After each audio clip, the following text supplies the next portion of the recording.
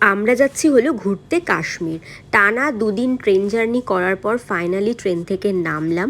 আর আমাদের প্ল্যানিংটা ছিল অমৃতসর ঘুরে তারপরে আমরা জম্মুর দিকে রওনা নেব। গাড়িতে মালপত্র তুলে আমরা পৌঁছে গেছি হোটেলে। আর আমাদের সব কিছুই আগে থেকে বুক করা ছিল, মানে আমরা ট্রাভেলের সাথে গেছিলাম, কিন্তু এখানে আমরা 9জন যে কজন ছিলাম শুধু তারাই, আদার্স বাইরের কেউ ছিল না।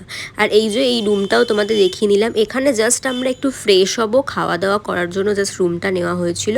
তো ফ্রেশ হয়ে নিলাম, খাওয়া দাওয়াও সেরে নিলাম, তারপরে বেরিয়ে গেছি স্বর্ণ মন্দির দর্শন করব বলে। আর স্বর্ণ মন্দিরে যেতে গেলে ছেলে হোক মেয়ে হোক মাথায় ওড়না বা ছেলেদেরকে রুমাল বেঁধে যেতে হয়। পৌঁছে গেছি, আর দেখো কি অপূর্ব লাগছিল। নিজের চোখ দেখা আর ক্যামেরাতে দেখার মধ্যে অনেক পার্থক্য থাকে, তাও তোমাদের কিছুটা তুলে ধরলাম।